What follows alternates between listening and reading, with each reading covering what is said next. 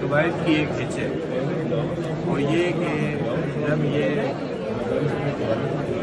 Low confidence motion दूर हो जाती है उसके बाद वो फौरी तौर पे वो अपने नॉमिनेशन पेपर्स का और नए कायदे मान के इंतखाब उसके लिए अनाउंस करना पड़ेगा। ठीक है, तो आज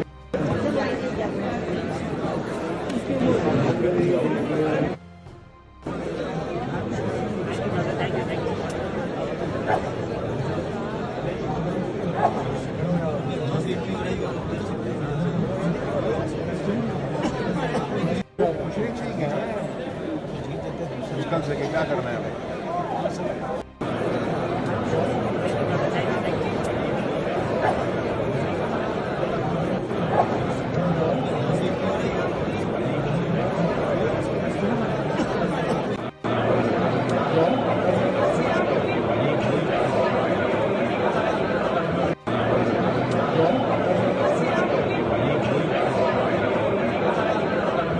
की एक हिच है वो ये कि जब ये लो कॉन्फिडेंस मोशन दूर हो जाती है उसके बाद वो फौरी तौर पे वो अपने